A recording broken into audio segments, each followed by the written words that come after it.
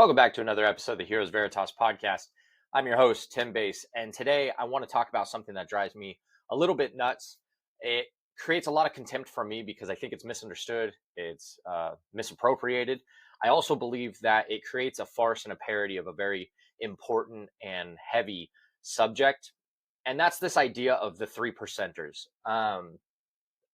Before I get into the conversation, before I get into my position on it, I want to make it known that I realize that this is very politically charged, which I don't like to talk about very much on my podcast. I know that that makes some people upset because they want to know, the emotional side of things. But the reality is, I like to bring value to you, and me sitting back here and pontificating on political rhetoric is not what I'm here for.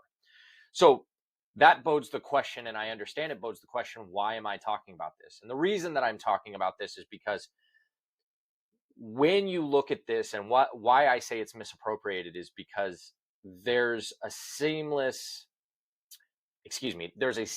hopeless experience when you look at proper change impacting the state of a society, the state of culture, that I've noticed a lot of people that I talk to and a lot of people that follow this podcast have talked to me about of what's the point? It's been there like that all the time. Who cares? Who am I? I'm a small person. And I think this puts into relativity just how important a single individual can truly be, and just how big of a shift things can happen when you're authentic, when you're speaking your truth, and when you plant your flag and you approach life with conviction.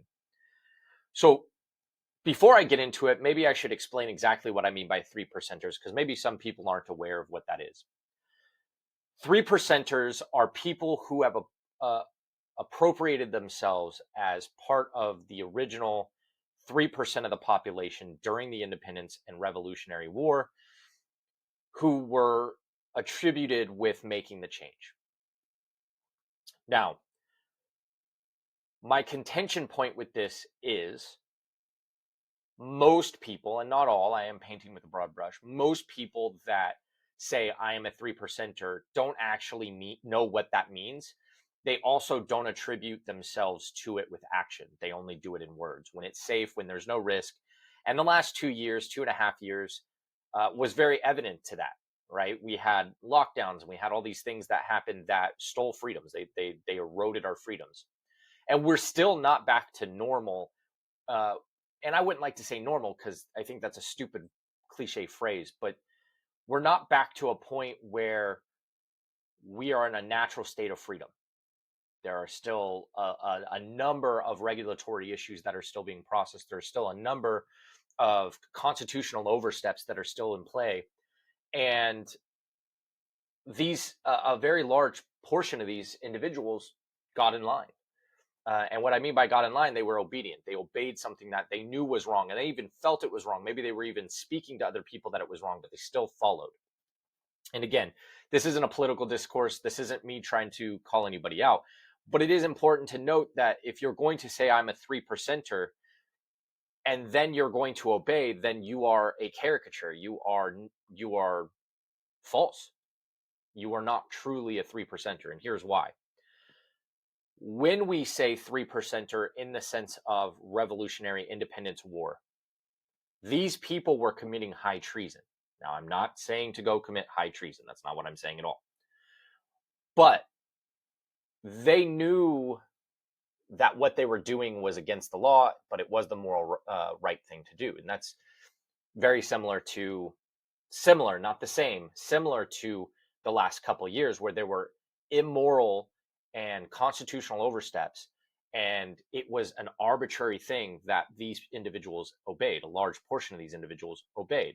So if you're going to say you're a 3%er, a rebel, an outlaw, whatever these concepts and archetypes that you align to and tell yourself you are, but you can't do the bare minimum arbitrary disobedience, which is a correlative to that archetype, then you're not a 3%er. So that's where one of my big issues with it is that it's not aligned with action. It's easy to say you are something, but if you're not doing something, it doesn't matter. It's a parody. And I personally, as an authentic individual, somebody who strives to be as authentic as possible, get very frustrated with this space. Secondarily, these people tend to be over the top. They tend to be insecure. They tend to use it as almost a rallying cry to do something that is neither justified nor logical in any way, shape, or form. And so that's another point that's very contentious for me, is people don't actually know what it means and they just use it because it's nice and cool, right? Like calling yourself a Spartan, but you're 300 pounds and overweight. Like, it doesn't align. And you need alignment for it to make sense. Otherwise, you're just watering it down. And I don't like when people water down heavy weighted concepts. So that's my personal opinion. But why am I bringing it up on Heroes Veritas?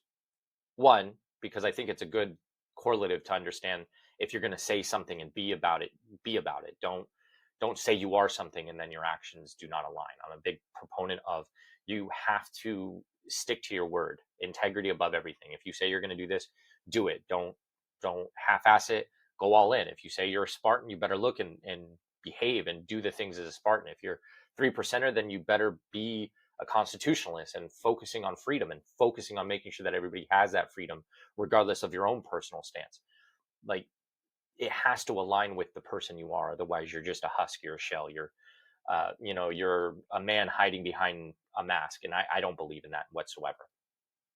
And two, I think that we misunderstand that 3% is relative to the overall population, right? And this particular episode is born out of a conversation I have with somebody in regards to politics and what's happening in the world today. And the general sentiment that we get from people when we talk about change is, who am I? It's been like that forever. Why would I change that? And the flip side of that is, it took 3% of a population to elicit change within the Independence and Revolutionary War. Again, as a disclaimer, I am not advocating for violence. I'm the opposite of that. I believe in civil discourse. I believe in the rule of law and order.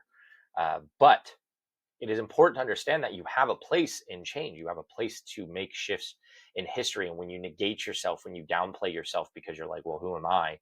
Then you're never going to make any impacts, no change whatsoever, because you have already relegated yourself to obscurity. You've relegated yourself to innocuity. And no change has ever come from innocuous individuals and benign individuals. It has always come from a willingness to challenge the norm. It has always come from a willingness to say it could be better. Yes, it's always been this way, but it can be better. So let's talk about that 3% number for a moment, because one of the big issues that I see with it is a lot of people use it and think there was like 15 people that made change. Like, they use it like the one person can change it. And while I agree that one person can make a large impact, it can also deter people from making an impact, because they think one person can make an impact. And when they don't make an impact, they start to question their conviction and their belief system. And I think that that's very detrimental to eliciting change. So in the 1770s, leading up to the Independence Revolutionary War, the average or the estimated population of the 13 colonies around that time was between 2 and 2.2 million people. Okay. So 2 and 2.2 million people was the estimated population density of the 13 colonies. So when we say 33%, we're actually talking around 60 to 66,000 people. That's a lot of people. So when people are like, oh, it was 3%, and they make it sound like it's this kind of like ragtag rabble of, 100, 150 people, like a handful of people. It was a large portion of people. But where I think a lot of people get it wrong is they see 3% as the people that actually did stuff, that risked things, that put their life on the line, that put their livelihoods on the line, their reputation on the line. When in reality, it was more like 1%, if not 1% of 1%, of people that were action oriented and took to the streets and actually, got involved at the rallies, got involved with politics, and actually started to make changes. And you have to also understand that the people that we know as the founding fathers, the people that actually elicited the political discourse that was necessary to even get that 3% behind them, they were landowners, they were businessmen, they were heavily successful individuals. And there's this kind of like weird proclivity today that we look at Elon Musk and Jeff Bezos and these people that are heavily rich, and we're like, oh, you're so disconnected from reality. And but that's how you make change. I mean, it takes money to make change. And so I always thought it was a little strange that on one hand somebody's like, I'm part of the 3%ers, but on the other hand, uh, they chastise rich people for making money and being successful. And it doesn't jive. That if you're going to say I'm a 3%er, then you need to be advocating for wealth. You need to be advocating yourself for wealth. You need to be getting your house in order. You need to be making sure that you're as set up as possible, because in order to be a 3%er, you have to put your life on the line. You have to put your livelihood on the line. And there's a lot of risk there, and you need to have a way to continue to support yourself. So we have 60 to 66,000 people as this 3%, and it's really more like 1 to 1% of 1% of that 3% that actually did anything. So say we just keep it a conservative 1%. So 1% of that 2 to 2.2 million would be around 20 to 22,000 people that were actually engaged in doing something, right? So why am I bringing that up? One, it's not a ragtag group of just random people that are making changes, like one single organization over here that did it. No, it was a very decentralized system of 3% down to 1% that were actually managing and doing things. In fact, when 1776 hit, again, I just said 1% is 20 to 22,000 people actually doing work. In 1776, when we started the war, our troop count was 20,000. That's our troop count. Versus the Britons, who sent 32,000. So we were already undermanned. The Navy that the Britons sent was 270 ships. We had 27 ships. So we had 1% of their Navy as well. Less than 1%. So when you start to put in the numbers and you start to look at that, you also have to then increase for the inflation of population, right? So what would 3% of our current population be in order to elicit this change? Well, in 1770s, around that time, we had 2 to 2.2 million people.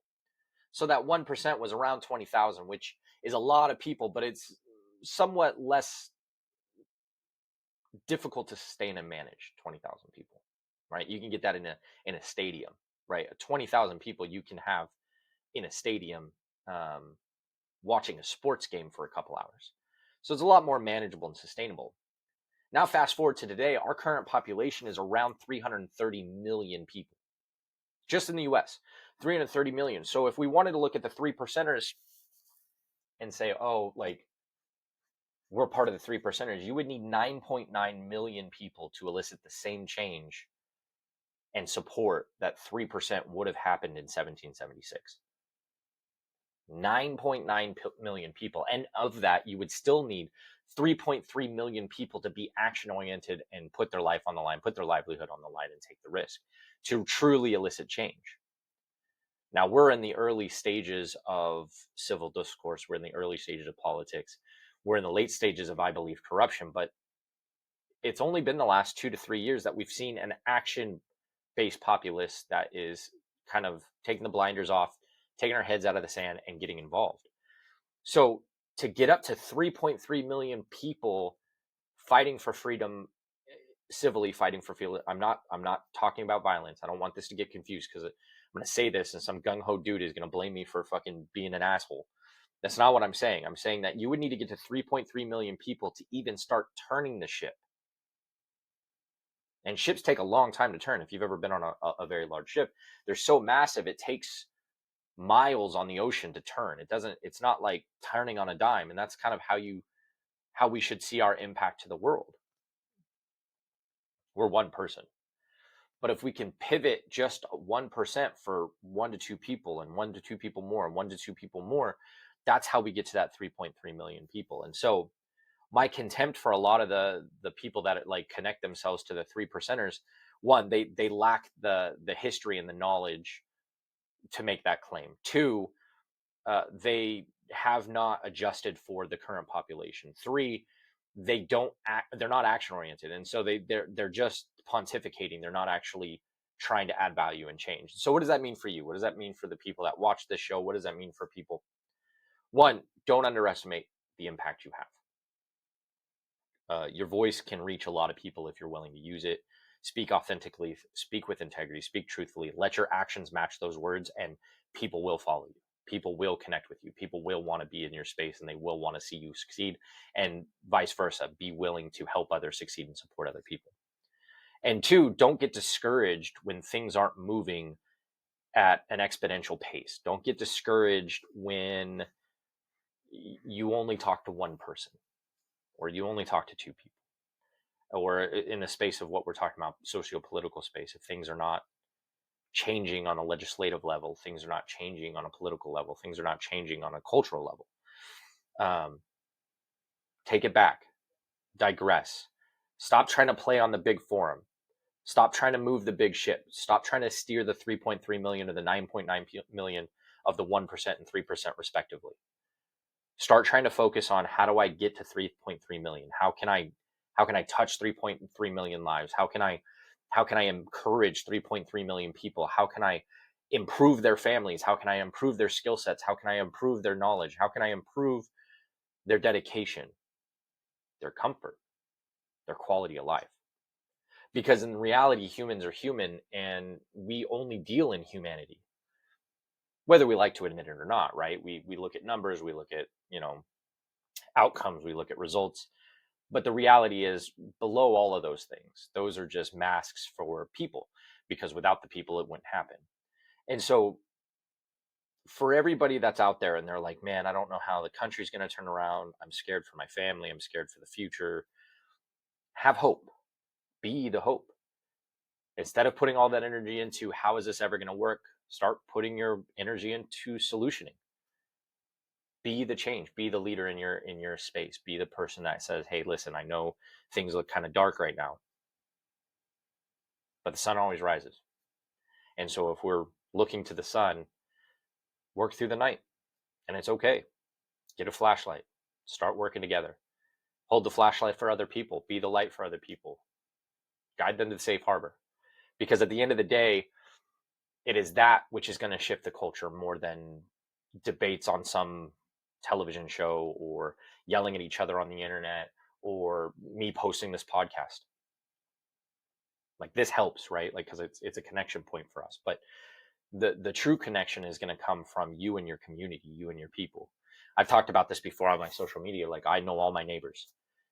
When my tree fell down, they all came out. They offered support, tools. That's how we grow, because my neighbors, we're all from different backgrounds. We're all from different ethnicities. We all have different skills and weaknesses, but there's a genuine desire to support each other. And that's what makes this country great, is that genuine desire to support each other. So if you're feeling discouraged, be that next point. Find that community, build that community, pour into people, pour into your community. And I can guarantee you, over time, you will start to shift the ship. And it may take 3 years, may take 5 years, may take a decade, but eventually it will course correct, as we always have. America has always course corrected. We've always had ups and downs and ebbs and flows. And so this message is to people that are feeling discouraged as they watch things unfold. The last tip that I would give you, outside of understanding what it takes to move a ship that big, outside of being the light, outside of dedicating yourself to seeking the sun and delivering to your community, would be to curate what you consume. If you consume hate, all you will know is hate. If you consume evil, all you will know is evil. So curate to good, curate to positivity, curate to value, curate to service. I curate to service. That's my thing. Not everybody's built like me. I love to serve. I love to talk with people. I love to get them off of the edge of the cliff and back onto solid ground. I love to support their dreams. I love to empower them to chase something, build something, be something, change their entire concept of who they are. That is what I do. That is how I stay fulfilled. That is how I stay connected. That is how I know that America will never fall, will never change, despite what the fear mongers want you to believe on all sides, despite what people think they know about the way of the world. Will it get dark? Yes. Will it get tough? Yes. But freedom has a way of always finding its place. And as long as you keep that in your mind and keep that in your hope and you're willing to do what is necessary, there's no risk of the darkness staying for long. So I hope you all have a great week. I had to get this off my chest.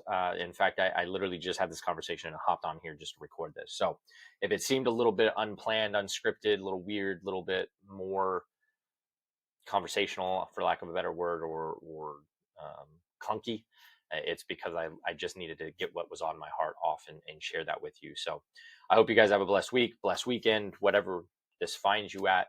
I hope it's in good health and good spirits, and I hope you and your family are doing amazing things to the world. And we'll check you later on the next Heroes Veritas podcast. Your spirit.